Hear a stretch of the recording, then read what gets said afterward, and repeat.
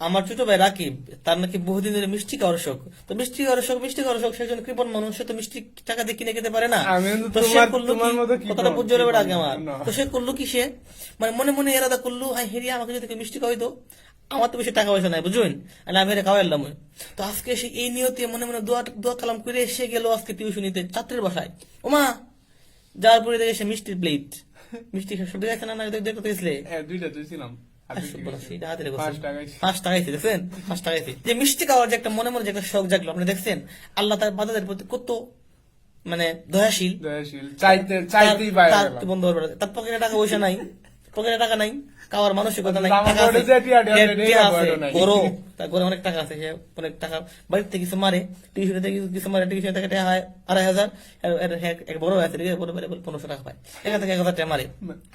এবং যাবতীয় খরচ যা আছে, যাবতীয় খরচ যা আছে, মনে করেন যে মেস বিল, কারেন্ট বিল, গ্যাস বিল, বিদ্যুৎ বিল, খাওয়া দাওয়ার বিল, যা কিছু আছে সবকিছু তার বড় ভাইয়ের কাছে এসে নেয়, নিয়া এর থাকতে 1000 টাকা আছে এটা সহ বাড়িতে কিছু মারে। এবং আমি হতে পারি হয়ে আসে বুঝছেন, আমার কাছে প্রত্যেক সময়ই তারা বানলে, তারা মা লুকায়া 500-1000 টাকা দেয়। আমি কাউরে কই না, আমি টাকাটা শুধু তারা দেই।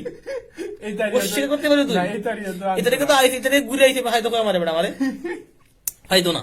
তো কতটা লগিয়া এই যে সে টাকা মারে, তার হৃদয়টা এত ছোট্ট, সে আপনাকে একটা চা খাওয়াতে গেলেও দেখবেন হিসাব করবে। অথচ প্রায়ই আমার বড় ভাই রিয়াদ ভাই, আমার বড় ভাই, বড় ভাইকে আমি করে আমি ট্রিট দেই, একটি আমার একটা কান্দে নেই আমি বলি আমার কথা কান্দে, ঠিক আছে? কথা হচ্ছে এই দেন, এই দেখ বিস্কুট দেন, এই দেন একটা করে বিস্কুট খাওয়া, এই দেন দেখছেন, এই দেখছেন বিস্কুট প্রত্যেকবার আমাকে এটা কালি কথা বলতো সে, 2 দিন পরে একটা করে খাওয়া।